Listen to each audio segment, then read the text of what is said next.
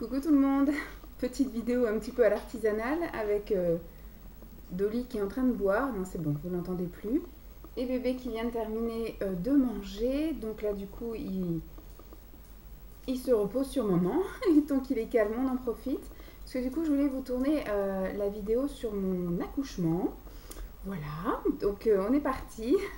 Je vais essayer de me remémorer parce que ça fait déjà 3 semaines maintenant. Hier, il a eu 3 semaines, hier matin.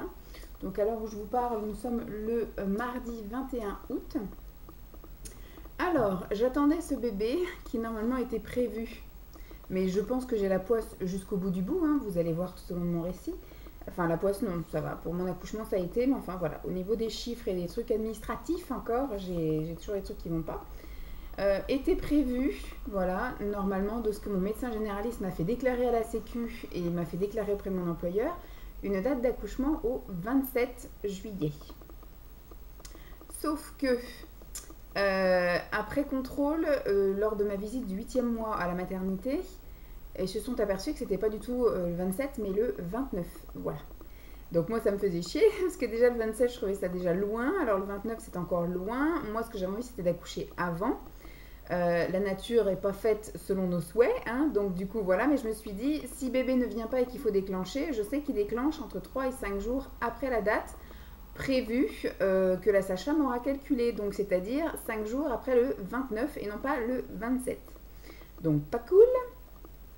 Alors, donc oui, je voulais normalement, enfin j'aurais souhaité accoucher plus tôt. Moi ce que j'aurais vraiment aimé c'est qu'il arrive le 12, entre ces deux grands-mères, le 12 juillet. Bon, ça fait quand même peut-être un peu tôt, 3 semaines avant, mais bon, parce que ma mère à moi est du 11 juillet et la mère de Simon est du 13 juillet, donc je trouvais ça rigolo qu'il arrive entre ces deux grands-mères. Et non, il n'a pas voulu. Donc après, moi j'ai voulu, parce qu'on a eu un week-end du 14 juillet assez intense, on est allé faire les magasins. Après le soir, on a fait l'anniversaire de ma mère au restaurant. Il a fait une chaleur à crever, donc on était parti de la maison, je crois, sur les coups de peut-être 13 ou 14 heures et on est rentré, il était presque minuit, on a vadrouillé, marché toute la journée, on a eu, comme je vous dis, une chaleur à crever, donc je pensais que ça allait déclencher le truc et que j'allais bientôt accoucher, eh bien non. Donc j'avais rendez-vous pour ma visite du 9e mois chez la sage-femme de l'hôpital, de la maternité où j'allais accoucher, le 23, c'est ça, je crois que c'était le 23 juillet, 23, je sais plus. Autour du 25 juillet, voilà, et ça doit être le 23, c'était un lundi, je crois. Et en fait, moi, je sentais qu'il était très bas, qu'il m'appuyait un peu en bas, ça me chatouillait un peu, etc. Mais j'avais pas de contraction, rien du tout. Contrairement, effectivement, à mon 6e mois, le moment où j'ai été arrêtée, puisque j'avais effectivement des contractions, mais ce n'était pas des contractions de travail. Et donc, du coup, elle m'a fait mon examen, tout ça, tout allait bien, monitoring, tout va bien. Liquide, il y en avait assez, tout ça, tout bien. Et après, elle m'a fait mon petit toucher pour contrôler mon col. Et j'étais ouverte à 1 et elle sentait la tête de bébé, en fait, quand elle contrôlait bien le fond du col. Elle disait, mais il est là votre bébé. Effectivement, elle m'a fait un petit peu mal d'ailleurs en remuant tout ça. Et pour moi, même pour Simon, en fait, le fait qu'elle m'ait un peu trifouillé là-dedans, ça allait me déclencher dans les 2 jours à venir. Donc elle me dit, bah voilà, vous avez commencé un petit peu à travailler dans le sens où votre corps commence à se préparer à accoucher. Donc dilaté à 1, ce qui est franchement rien du tout. Et surtout, elle sentait la tête de bébé qui était vraiment tout en bas. Prête à sortir. Et donc du coup, voilà, on repart. Elle a dit, bon voilà, pour bien accélérer le mouvement et le travail, en fait, ce qu'il faut, c'est marcher, marcher, marcher. Elle m'a dit, il faut marcher au moins plus de 2 ou 4 km par jour. Elle dit, pour une femme enceinte, c'est énorme. Et surtout, quand il fait 35 degrés, c'est impossible. Donc, on s'est mis un peu en tête avec Simon de marcher un peu tous les jours. Donc, on marchait le soir quand il revenait du travail, donc après 18h30, 19h. Donc, mais il faisait quand même 35 degrés à cette heure-là. C'était limite pas faisable. Donc, on faisait juste le tour du pâté de maison parce que, voilà, déjà, enceinte, c'est très dur. Mais en plus, quand il fait 35 degrés, c'est pas possible. J'avais les jambes, c'était des poteaux. J'avais je pouvais pas plier en fait les chevilles ni les doigts de pied, donc c'était voilà, en fait on faisait peut-être 1 heure grand maximum, voilà, de promenade, donc ça n'a rien déclenché du tout. Donc ensuite j'ai eu rendez-vous le 29, puisque du coup moi j'aurais voulu avoir rendez-vous le 27, mais non, pour eux c'était le 29, donc j'ai eu ma visite de contrôle le 29 si je n'avais pas accouché d'ici là. Je n'ai pas accouché d'ici là. Du coup on est allé à la maternité le 29, c'était donc un dimanche, j'avais rendez-vous à 14h. pour la même chose, monitoring, contrôle du liquide et contrôle du col. Donc, je vais avec Simon, on attend un peu dans la salle d'attente, après on me prend, on me met dans une salle pour faire le monitoring.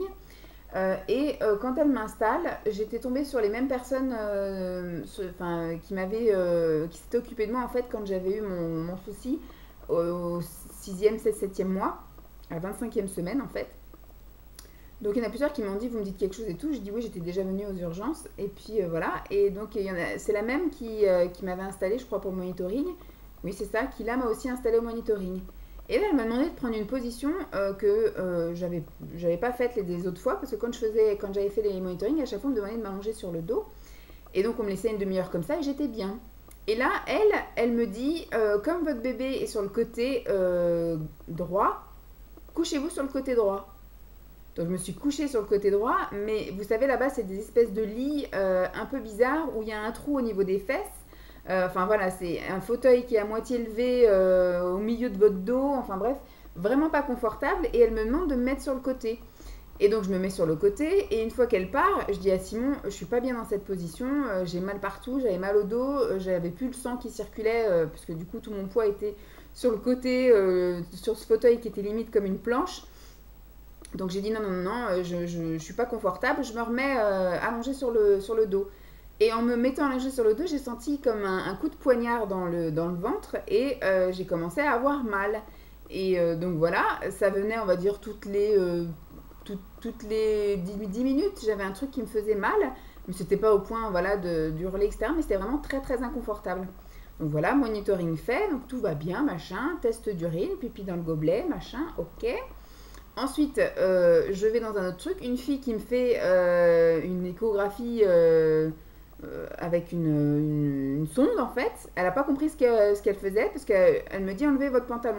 Alors, je lui dis ah bon. Elle me dit oui, il faut enlever votre. Enfin, j'avais un espèce de cycliste là, un corset. J'enlève. Alors, effectivement, elle met tout l'attirail, elle met là-dedans et elle me dit votre col, il est. Ouais, ça va, votre col, il est bien. Puis après, elle me regarde, elle me dit mais c'était pour un contrôle de la quantité de liquide. Bah, je dis oui. Elle me dit, ah bah, c'était pas ça qu'il fallait faire. Bah, je me doutais bien. Bon, elle me dit, bon, comme ça, au moins, on a contrôlé le col comme ça. Ok. Donc, elle me refait une échographie, mais ce coup-ci pour contrôler s'il y avait assez de liquide. Il restait assez de liquide. Elle me dit, bah, dis donc, il nage encore bien là-dedans. Ok. Et après, il y en a une autre qui vient et qui me fait effectivement mon petit toucher et qui me dit, bah, vous êtes ouverte à 2 et on sent bien la tête de votre bébé, mais apparemment, vous n'êtes pas encore en travail. Alors, moi, je lui explique que depuis le monitoring, j'ai quand même des douleurs assez sympathiques hein, qui me viennent et qui me gênent et que ça me fait mal. Donc on est arrivé à 14h là-bas et on est ressorti, il était 16h, un truc comme ça. 16h et je disais à Simon, je me sens pas bien du tout, je vais rentrer, je vais prendre du Doliprane, du Spasfon et un truc comme ça. Je suis rentrée, j'ai pris Doliprane, Spasfon, on s'est mis devant la télé là, dans le canapé. Et puis on s'est pris une glace. Moi je me suis pris un Snickers glacé. Simon je crois que c'était un Mars qu'il a pris. Mars glacé. Et donc du coup on a un peu regardé la télé. Et je commençais à me sentir vraiment pas bien du tout. Et je disais à Simon ça va pas, j'ai mal et tout. Alors Simon me dit tu fais chier. Il me prenait pour une comédienne. Je me suis dit on part à la maternité, tout va bien, on en revient, plus rien ne va. Il pensait que je voulais absolument accoucher là. Et que voilà, je jouais la comédie. Donc il me dit on va aller dans la chambre, tu vas t'allonger, ça va aller mieux. Donc on est allé dans la chambre, je me souviens, on a regardé, je crois que c'était Zone Interdite ou un truc comme ça, le dimanche à 18h là. Et donc voilà, je commençais à vraiment avoir mal, jusqu'à après commencer à pousser des petits cris. Et donc à 18h, ça commençait à devenir vraiment violent, ça me faisait mal, mais j'avais mal en fait, je peux même pas décrire c'est quoi une contraction, c'était même pas une crampe, mais c'était vraiment une douleur très aiguë où j'étais obligée, alors Simon il se foutait de ma gueule puis il m'engueulait parce que j'étais obligée de crier pour pouvoir respirer en fait, pour pouvoir un peu évacuer cette douleur. Il me dit ça sert à rien de crier. Mais je lui dis si, moi j'ai besoin de crier pour que ça aille mieux. C'est un peu comme dans les grands 8 ou les choses comme ça, où vous êtes obligé de crier. Sinon vous n'arrivez pas à respirer et à aller bien en fait. Donc c'était un peu ça. Et donc ça a été crescendo. Et à 20h, Simon a abdiqué et m'a dit, parce que j'avais pris des Doliprane dès que je suis rentrée, donc à 16h. Et donc à 20h, enfin à 19h30, je suis retournée prendre effectivement... Doliprane ou Spasfon, je sais que j'en ai pris un en rentrant, puis j'ai pris un autre truc différent, c'était soit Doliprane soit Spasfon à 16h ou soit Doliprane soit Spasfon à 19h30. Et donc, du coup, il a abdiqué, il a dit, bon, allez, hop, là, ce coup-ci, il avait pris note, il commençait à prendre note, effectivement, de mes contractions.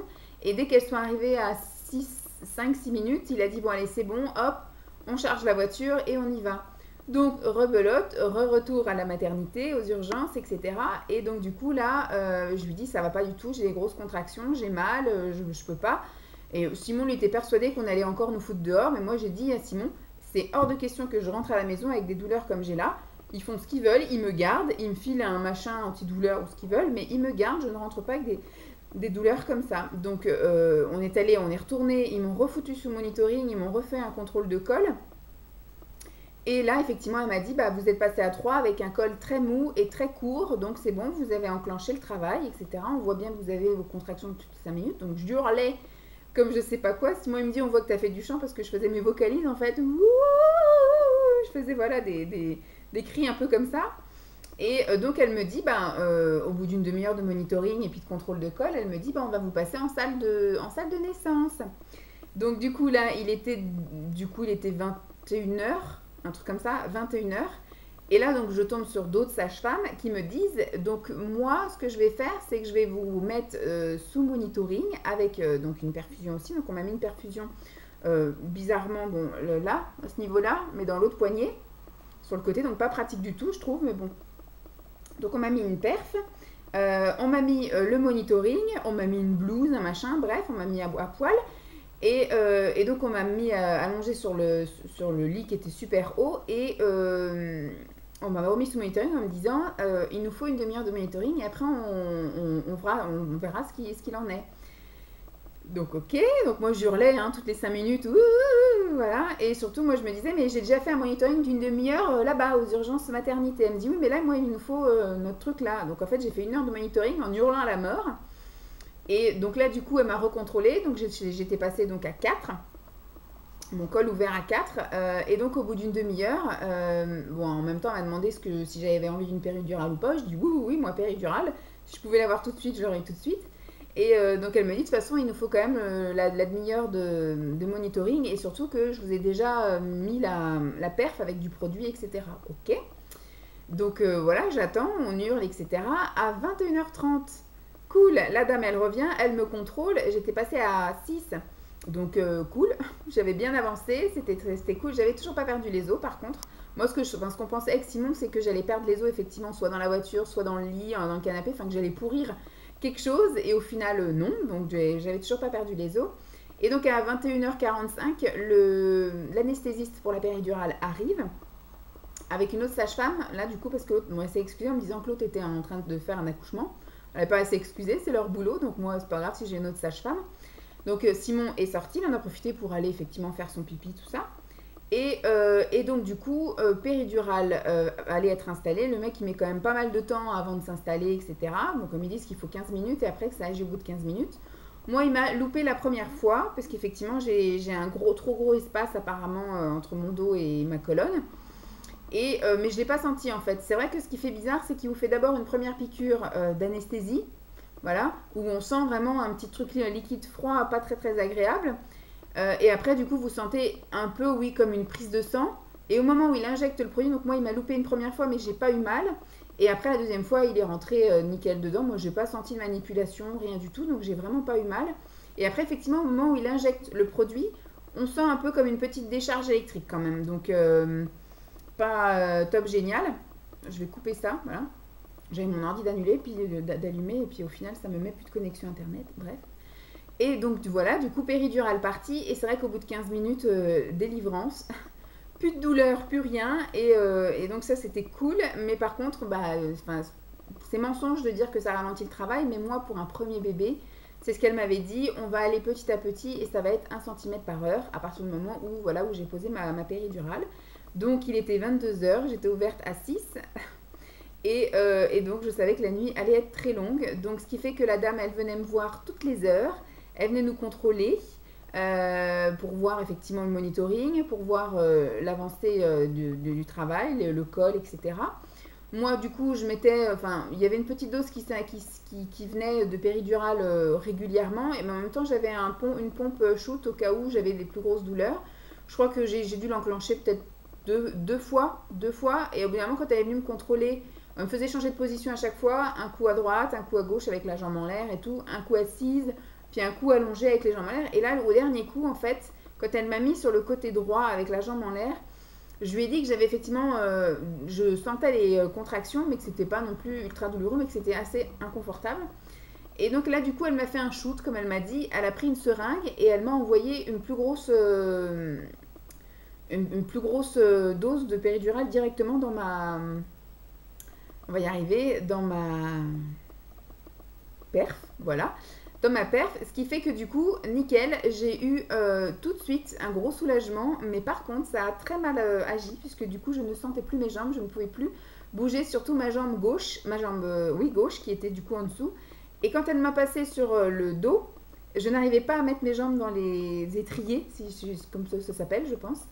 Donc du coup, il a fallu qu'on me soulève les jambes et c'était très inconfortable. C'est comme en fait si vous vous asseyez en tailleur et que 2 heures après, vous vouliez vous relever et qu'en fait vous avez plein de fourmis dans les jambes avec une sensation en fait où le sang il est tout bloqué. J'avais beau me pincer, etc. Je sentais comme une caresse, mais je sentais pas de douleur, mais je sentais un gros inconfort et j'arrivais pas à bouger, à soulever la jambe. Donc c'était assez bizarre et très très très inconfortable. Donc voilà, les heures ont passé. Simon en a profité pour ouvrir sa première boîte à papa dans la salle de travail. Donc du coup, je lui avais mis à boire, à manger, j'avais mis de la lecture, j'avais mis un ventilateur, enfin un petit ventilateur comme je vous avais montré tout ça, donc il était assez content. Surtout voilà le sucré, le salé et la boisson. Voilà, je lui ai mis de l'eau, un Sprite, non un 7-Up et un Coca ou un Max, là, Pepsi Max. Je sais plus ce que j'ai mis, enfin je sais que j'avais mis 3 trucs différents. Donc il était plutôt content parce que c'est vrai que ça commençait à être long parce qu'on était parti quand même de la maison à 20 h, personne n'avait mangé rien du tout. Moi j'étais quand même debout depuis 6 h du matin dimanche. Hein. Simon lui je crois qu'il s'est levé à 10 h. Et donc là la nuit continue à passer et sur les coups de 2 h 40, un truc comme ça, j'étais donc couchée sur le côté gauche. Oui, sur le côté gauche. Et d'un coup, je paf, voilà.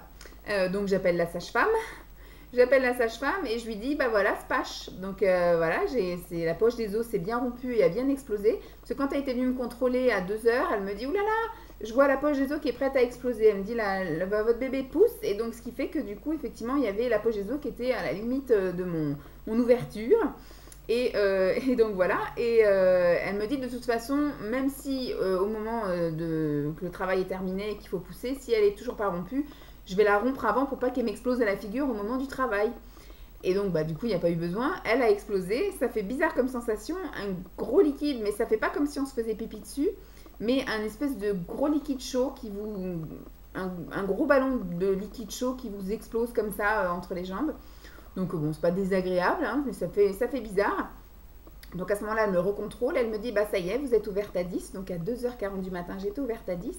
Elle me dit, par contre, maintenant, on va vous mettre dans une position où on va essayer de faire que le bébé descende plus bas de lui-même. Voilà. Elle me dit, si vous sentez que vous avez envie de pousser, vous m'appelez. Et on verra effectivement où est-ce qu'il en sera. Mais dit tant que vous n'avez pas envie de pousser rien, bah du coup on va laisser bébé descendre dans le bassin tout seul. Voilà, donc vous êtes ouverte complètement. La poche des os est rompue, c'est nickel. Maintenant il faut qu'il s'engage dans le bassin. Il était 2 h 40. Elle est revenue nous voir donc à 3 h 30, un truc comme ça. C'est pareil, elle dit on va changer de position. À 4 h 30, on change de position. 3 h 30, elle vient me voir avec une autre nénette. Et donc là, je vois que l'autre nénette commence à préparer tout ce qu'il faut pour le plan bébé. En fait, elle a demandé à Simon les affaires pour le bébé, couche, body, bonnet, machin. Enfin, elle a demandé des trucs style vous avez des chaussettes, vous avez une couverture, vous avez ci, vous avez ça.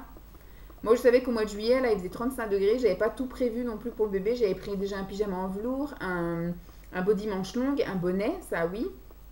Mais j'avais pas pris de chaussettes. Il y avait un pyjama en velours avec ça. J'avais pris une gigoteuse, voilà. Une gigoteuse. Et j'avais pas pris de couverture. La couverture, je l'avais prise, mais pour dans la chambre, quoi. Donc, du coup, ils nous en ont prêté une. Mais il était beaucoup trop emmailloté. Hein. À peine on est rentré dans la chambre, on a fallu tout enlever. Bref, je vous raconte après. Donc, ce qui fait que là, à 5 h 30, elle me dit bon, bah c'est bon, là maintenant on y va, on va se mettre en position. Je ne sentais toujours pas mes jambes, voilà. Donc, elle me dit maintenant on met plus de trucs de péridurale, rien du tout, il faut que vous sentiez un petit peu ce que vous allez faire, les pousser et compagnie. Donc, du coup, voilà, j'avais plus du tout de péridurale depuis, depuis facile, je sais pas, une bonne demi-heure où on m'avait demandé de plus appuyer sur le bouton. Donc j'avais plus ça, donc je commençais à ressentir les contractions, mais j'avais pas de sensation dans les jambes ou des trucs comme ça, donc c'était voilà, très inconfortable. Elle a dit que ça, du coup, elle pouvait rien y faire. Et vient le moment où il faut pousser, donc à partir de 5h45, un truc comme ça, je commence à pousser.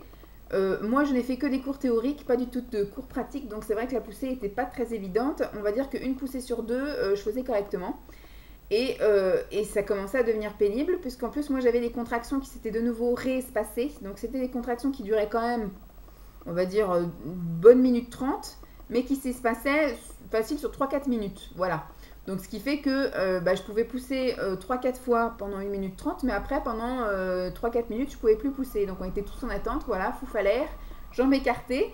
Et donc, je poussais, mais c'est vrai que du coup, tout le long que j'avais la longue contraction, je faisais apnée, pousser, jeter l'air, apnée, pousser, pousser l'air. Et donc, je me suis très vite retrouvée un peu comme en hyperventilation ou en apnée, machin, pas bien. Et je commençais à avoir la tête qui tournait et je me sentais pas très bien. Et donc, il y a des fois où j'ai lâché l'affaire. Donc, elles m'ont un peu engueulée parce qu'effectivement, moi, je pouvais pousser 3 fois, mais je ne pouvais pas pousser plus. Et ce qu'elle m'expliquait, même Simon qui lui était à côté a tout vu, elle m'expliquait qu'en fait, il sortait la tête, enfin, il y avait son bout de crâne qui sortait, mais dès que j'arrêtais de pousser, hop, ça re-rentrait. Ça faisait comme un effet ventouse. Donc, elle me dit, il faut vraiment là une grosse poussée pour que vraiment ça avance à fond et qu'on puisse débloquer. Elle me disait pareil que j'avais un périnée qui était très tonique, ce qui fait que du coup, elle était obligée d'écarter avec ses doigts tout le temps, puisque du coup le truc se resserrait, rapportait l'enfant à l'intérieur. Et donc arrive 6h20, je voyais, moi j'avais la pendule dans les yeux, j'en étais toujours au même stade, donc elle me dit il faut vraiment là une grosse poussée. Et au bout d'un moment je me suis mise, parce que je ressentais vraiment toutes les contractions, toutes les douleurs, je le sentais là dans le bassin, ça me faisait mal. Et je lui ai dit, mais prenez les cuillères, prenez la ventouse, sortez-le. Et elle m'a dit, non, vous êtes capable de le faire, on prend rien. Et de toute façon, ce serait plus dangereux de maintenant prendre des outils, enfin du matériel, des instruments en fait, que de le sortir toute seule. Elle me dit, la seule manière que j'ai pour vous soulager, c'est une épisio. Donc on s'est regardé toutes les deux avec la sage-femme et j'ai levé les yeux. Donc elle m'a dit, on va essayer d'éviter. J'ai continué à pousser, ça n'avançait pas, je n'y arrivais pas. Et donc, ce qui fait qu'au bout d'un moment, comme a dit Simon, elles se sont regardées toutes les deux, là, les deux sages-femmes, enfin l'auxiliaire puère et la sage-femme. Et Simon m'a dit, elle a pris son ciseau et elle a coupé. Il était 6h30, ça faisait quand même 45 minutes que je poussais et qu'on en était au même stade. Donc, elle a bien vu que j'allais pas y arriver de toute façon et je commençais un peu à désespérer. Hein, voilà. J'étais surtout réveillée depuis 6h du matin la veille et il était déjà là 6h, donc j'avais 24 heures dans les pattes. Voilà, donc j'en avais un peu ras le cul. Et donc au moment où elle a coupé, la tête est passée, elle a tourné le truc, j'ai quand même senti quand la deuxième épaule est passée, voilà, ça m'a fait un peu mal aussi. Et hop là, vas-y, qu'elle me l'a sorti, hop, donc du coup elle l'a essuyé, elle a commencé à le poser sur moi. Et on savait toujours pas ce que c'était, si c'était une fille ou un garçon. Et donc du coup, elle a dit, je vais quand même vous montrer ce qu'il y a entre les jambes. Donc du coup, elle l'a repris sur moi. Oui, mon petit bébé. Elle l'a repris de sur moi et elle nous a montré. Bon, Simon lui a dit que dès qu'il était sorti, il a vu tout de suite le zizi. Et donc, du coup, moi j'ai pu revoir, et effectivement, petit zizi. Et donc, elle l'a tout bien renettoyé. Elle l'a remis donc peau à peau contre moi. Et après, du coup, vient le moment où on m'a demandé de repousser encore pour le placenta. Simon a dit on aurait cru que tu avais pondu un calamar géant. C'était dégueu, qu'il me dit. Donc voilà. Et puis après, tant que la péridurale, enfin, pseudo, on a refait une dose de péridurale pour pouvoir effectivement recoudre mon épisio. Je trouvais que ça durait assez longtemps et j'ai surtout quand même senti que c'était pas très agréable. Et pendant ce temps, on a profité du petit loulou. Ils nous ont laissé pareil du temps aussi pour le petit loulou. Donc on va dire qu'ils nous ont laissé une bonne heure où je suis restée peau à peau avec lui, etc. Il nous a regardé, on l'a regardé, tout ça. Après, la puère, elle est revenue, elle nous l'a pris et elle nous l'a tout emmailloté. Voilà, elle a mis son body. Il était tout emmailloté dans un truc, c'était un cocon, le machin. Et enfin, le machin, le bébé était tout emmailloté dans un cocon, là, tellement elle avait mis la couverture. Enfin, je sais pas comment il faisait pour tenir là-dedans. Bon, certes, il est passé effectivement, je crois qu'il faisait 24 degrés dans la pièce. Et il est passé effectivement de 37 degrés à 24, mais je pense pas que ça justifiait autant de couches. Et donc après, on a fait un petit peu la mise au sein. C'était un peu compliqué parce que comme c'est un bébé ils ont surestimé, voilà, apparemment c'est une boulette qu'ils ont fait, de 53,5 cm pour 4,2 kg. pour 4,2 kg. Donc ce qui fait que dès qu'il est né, ils ont cru qu'il était en hypoglycémie. Donc ils ont pris une seringue, ils ont pris du lait dans un bib en fait, et ils lui ont injecté 2 seringues dans la bouche comme ça, qu'il a bu. Donc la mise au sein était assez compliquée parce que lui il pensait qu'il fallait juste ouvrir la bouche et puis qu'il y avait un jet de trucs qui lui arrivaient dans la bouche. Donc il a eu du mal à comprendre qu'il fallait téter. Et puis voilà, on nous a laissé comme ça après jusqu'à 9h. Il y a quelqu'un qui est venu me nettoyer, voilà, me nettoyer, m'aider à m'habiller, etc. Et après du coup, hop, dans un fauteuil roulant, bébé dans son landau, enfin dans son berceau. Et hop, tout le monde dans la chambre. Donc on nous a mis dans une chambre qui était assez spacieuse, mais malheureusement une chambre dans un coin en fait. Ce qui fait que j'avais des vitres sur les 2 pans de mur et il faisait quand même 35 degrés et il y avait le soleil un peu du matin au soir, donc dans le noir à chaque fois, baisser tous les stores. Donc voilà, après au niveau du séjour mater, on est arrivé en chambre à 9h, comme je vous dis, on a dormi. Moi, ils m'ont quand même amené un petit déjeuner. Simon lui a fini des restes de chips et de Toblerone et de machin que je lui avais mis dans sa boîte à papa. Et bon, moi, on m'a filé un chocolat chaud, une biscotte, un truc comme ça. Voilà, donc avec de la confiture et du beurre. Donc voilà, j'ai petit déjeuner, puis après on a fait sieste. Le midi, on m'a amené à manger. Simon, lui, il a dû finir aussi ses chips, ces trucs comme ça. Et mes parents sont arrivés donc après à 16h pour me voir et voir le petit loulou. Voilà les premières visites. Et sinon, quoi dire d'autre? Mon accouchement, c'était ça. Le séjour à la clinique s'est plutôt bien passé, mais ils ont merdé effectivement sur le poids. Ça, je vous dirai peut-être plus quand je vous le présenterai. Voilà. Je vous parlerai du séjour à la mater et puis après de ce début de vie ensemble. Oui, mon petit bébé. Je vous parlerai de l'allaitement. Je vous parlerai du début aussi des couches lavables. Je vous parlerai un peu voilà, de quelques petits débuts, de quelques déboires et débuts un peu chaotiques d'une maman qui n'y connaît rien du tout et qui du coup, s'il avait su certaines choses, n'aurait pas fait certains choix.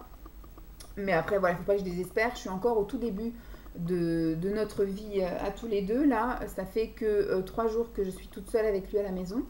Avant, Simon était en congé pater et on avait aussi beaucoup de visites. Puisque même hier, j'étais pas vraiment toute seule. Mes parents sont arrivés à 12h30 et sont repartis à 18h. Donc, j'ai pas été toute seule non plus hier. Donc, c'est que mon 2e jour, en fait, toute seule avec lui. Voilà. Donc, mon accouchement a été assez rapide quand même. Elle m'a dit que pour un premier bébé, c'était assez rapide, 8 heures. Moi qui pensais que j'allais mettre 12, voire 20 heures pour accoucher. Certaines m'avaient dit effectivement qu'elles avaient mis super longtemps à accoucher. Moi, c'est vrai, je suis arrivée à 20 heures et il était là à 6h du matin. Donc en gros, j'ai commencé à avoir des pics à 14h le dimanche. J'ai commencé à avoir mal à 18h le dimanche, à ne plus en pouvoir à 20h le dimanche. Du coup, péridurale 21h30 le dimanche soir. Et puis voilà, à 6h14. Oui, c'est ça. À 6h14, un truc comme ça, ouais, je sais plus. Oui, c'est 6h14 qu'il est né. Mais alors du coup, je sais plus ce que je vous ai raconté tout à l'heure comme horaire. Enfin bref, je sais que j'ai poussé pendant 45 minutes. Et donc du coup, voilà, il est né le lundi 30 juillet. Donc on va dire à J+1. Donc c'est pareil, il faudrait que j'avertisse mon employeur. Parce que pour lui, enfin pour mon boulot, je devais accoucher le 27. Donc ce qui fait que mon congé maternité démarre à partir du 30 et non pas du 27. Donc normalement, ça recule encore, enfin ça décale de 3 jours. Mais voilà, j'ai enfin réussi à vous trouver un temps parce que il faudra que je vous raconte aussi... il va commencer à râler. Parce que du coup, c'est pas très évident de trouver un rythme. Hein. Il est encore tout petit, il tète quand il a envie, il dort quand il a envie. Il n'y a pas encore de rythme. Donc les vidéos, c'est un peu chaotique. Là, je me suis dit, il vient de finir de boire, il va un peu roupiller. Donc on va se caler. Je vous ai pris vraiment, là je suis sur mon siège d'ordi, devant l'ordi, je vous ai calé vite fait ici. Et j'ai dit si je le fais pas maintenant, je le ferai pas. Donc il faut que je me mette, parce qu'il y a beaucoup de souvenirs qui après vont partir. J'aurais pu les horaires en tête, j'aurais pu exactement ce qui s'est passé, mais voilà. Donc pour moi, ça a été quand même un accouchement assez facile, simple, naturel, malgré qu'il y ait une épisio. Ça, je vous raconterai aussi les suites de l'épisio. C'est pas vraiment sympa, mais bon. Je donnerai des petits conseils après. Je vous ferai peut-être une vidéo mon séjour à la maternité, si je trouve le temps. Et puis une vidéo présentation du petit loulou. Voilà. Donc j'espère que cette vidéo vous aura plu. Il y en avait certaines qui voulaient effectivement que je leur raconte ça et que surtout que je donne des nouvelles. Je vous fais donc de gros bisous et puis je vous dis à très vite. Bye!